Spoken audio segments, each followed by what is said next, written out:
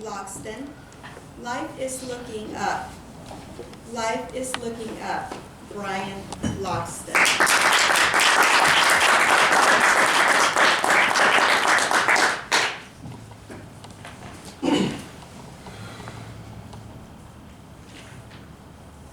I don't know.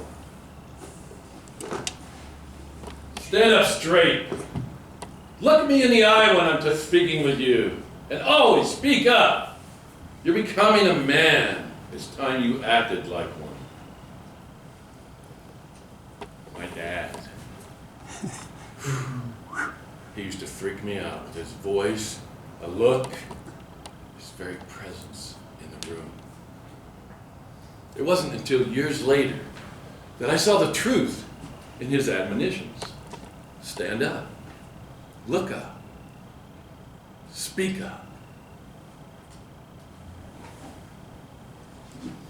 Fellow Toastmasters, honored judges, and anyone who's ever had a parent that seems smarter later.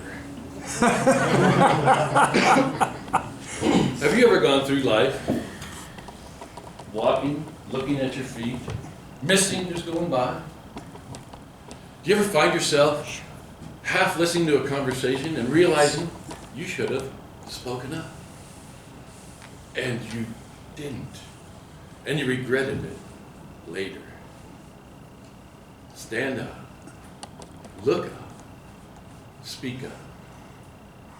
The words of my dad that I didn't realize for so long how important those things were. You see, when my son turned 10, I swore I'd never be like my dad and lecturing, right? When he turned 10, I gave him a cell phone. It was one of those early cell phones, little tiny flip phone with a screen only his young eyes could see. I thought he'd have a chance to talk to me if he wanted to. He didn't. When he was 16, he said, "Dad, I need a smartphone. Everybody's got one." Well, I wanted to be a good dad. I got him a smartphone. I figured, if he ever needs to talk to me. He didn't. But he did text once in a while. And I would call him and want to go play football or go see a movie, go out to dinner. And he wouldn't answer. And he wouldn't answer. And he wouldn't answer. And maybe I'd get a text, "With friends, TTYL. Talk to you later." It got so aggravating that I would start taking away his phone as punishment for not answering his phone. Didn't work out very good. I always figured it out and gave it back to him like the same day or the next morning. Last week, he came home from college with a friend, Dan. And he came in the door, and him and Dan had their cell phones in their hands. Of course. But college kids, they're either looking for the laundry to get done or a good meal, so I figured the way to a young man's heart is through his stomach. "Hey, you guys want to go to Jaggers?" Why? "Well, you can order whatever you want. Anything. Dan, too." "What do you think?" "Yeah, okay." So they came to Jaggers, and we went to Jaggers, and I sat opposite them, and of course, they had their phones out. And I said, "Come on, we're at dinner. My mom always said you can't watch TV while you're eating dinner." "Well, this isn't TV, Dad." But it's the same thing. You got to give your presence in the moment, or you miss who's with you. It didn't work so well. I told them, "Okay, put the phones away.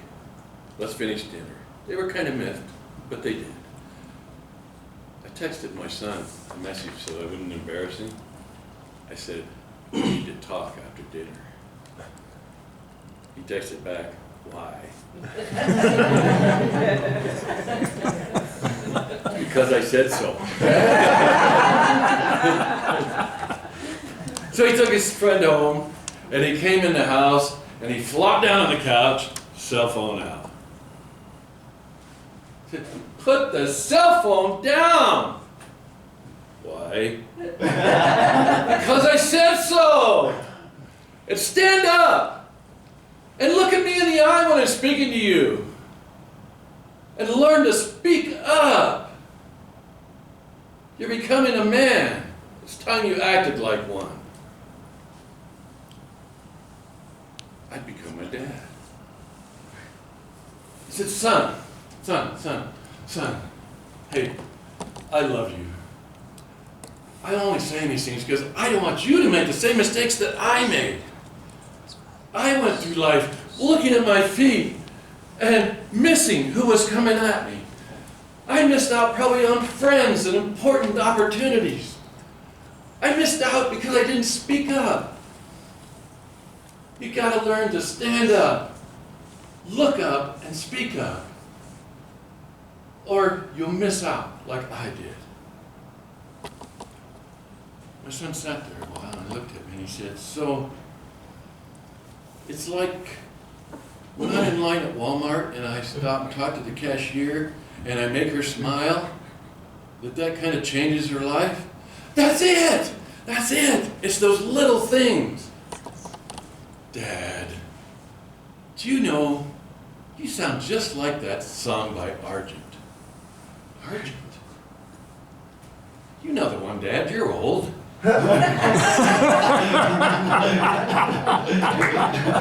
It goes, hold your head up, oh, hold your head